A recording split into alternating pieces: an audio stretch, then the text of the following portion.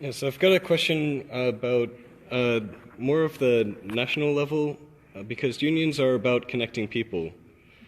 Do union members feel supported by the Democratic Party when we have legislators like Senators Murray and Cantwell voting for the Trans-Pacific Partnership, which would ship union jobs overseas?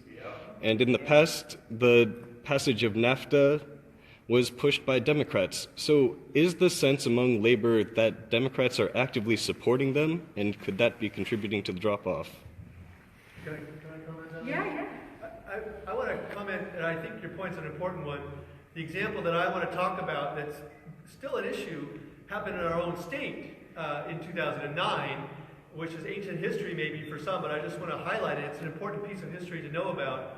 The Worker Privacy Act, which was a piece of legislation proposed in Olympia. And you might remember in 2009 there was a lot of excitement because Christine Gregoire had won the governorship. Senator Lisa Brown was the Senate Majority Leader. Democrats had control of the Senate. Speaker Frank Chop was in control of the House. And the labor movement was very excited about trying to pass this key piece of legislation, the Worker Privacy Act, which, if it had been passed, would have allowed unions to organize far more easily because it would have restricted employers from having what's called captive audience meetings, where they force all the employees to sit and listen to how bad unions are on work time, which happens all the time. Yeah, sorry. Anyway, the bill was proposed, we had votes counted, there was a significant amount of support for it on the floors, chambers of both chambers, and at that time the lobbyist of the State Labor Council, Jeff Johnson, now the president, that worked closely with Lynn, sent out an email message about the importance of this piece of legislation, and on the basis of that message, the Speaker of the House, Frank Chop, and his lawyer, Governor Christine Gregoire and her lawyer, Senate Majority Leader Lisa Brown and her lawyer, met on state time and came up with the best legal charges that they could file against Jeff Johnson, claiming that he was guilty of extortion, and actually filed charges that the State Patrol then meted out that prevented Jeff from actually stepping foot on the Capitol grounds, then at the key time that ultimately resulted in the bill dying. So the bill did not pass, the Worker Privacy Act, and it did not pass because key Democratic leaders worked very carefully to prevent it from passing, and it was pretty clear at the time that a big reason why was because the Boeing company was pressuring the Democrats that they did not want this bill to pass. I cite that specific example. It's a while ago, 2009, not that long ago, because it's an example of the same sort of tension. This comes up a lot in meetings to this day. People remember the Worker Privacy Act. They remember the formation of an independent PAC called the DIME PAC, Don't Invest in More Excuses, that was formed by the Labor Council in part because of that. There's still some tensions there for sure, and you may recall that in the most recent COPE convention by the State Labor Council, they voted not to endorse Senator Murray because of her vote in not so much for the TPP, but for the fast track, the enabling piece of legislation just before that. Something that continues to be an issue, there's no question. I don't think that we could sugarcoat the relationship. It's got some favorable features to it. There's obviously a lot of ways in which there's places to work together, and there's some tensions. For sure, and I don't want to speak more to it because Lynn's more of a leadership position than I know. As a rank and file person watching this, I know that that's an issue. I'm just saying it straight up.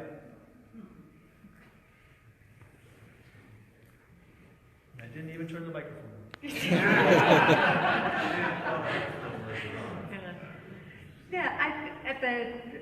It's one of the, as I said, it's not, the Democratic Party used to be known as the party of working people.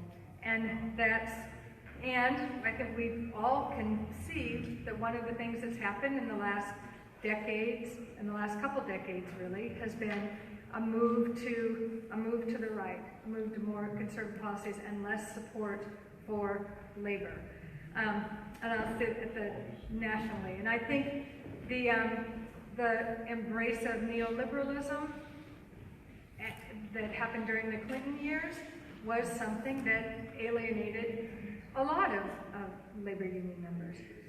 It's also the case, though, that if we can't help to change that, then shame on us too, because it has to be, especially right now, we have to be finding the common ground and the common interests and building the kind of place that we want to be. We have to be doing that. And that's going to take, Labor can't do it alone. I don't think the Democratic Party can do it alone. We have to be coalescing. We're not going to agree on everything. But I will tell you, we did end up, Hillary Clinton herself said that she would oppose the Trans-Pacific Partnership. When we work in coalition and push, she did. And Trump is not opposed to the TPP. He's not opposed to the TPP because he's a great fan of working people. That's bullshit. We know that. He's opposed to the TPP because he saw the pressure that was coming to bear from all of us. We put that pressure on them. And I guess I did have some friends who said, yeah, but Hillary just changed her mind because of all the pressure.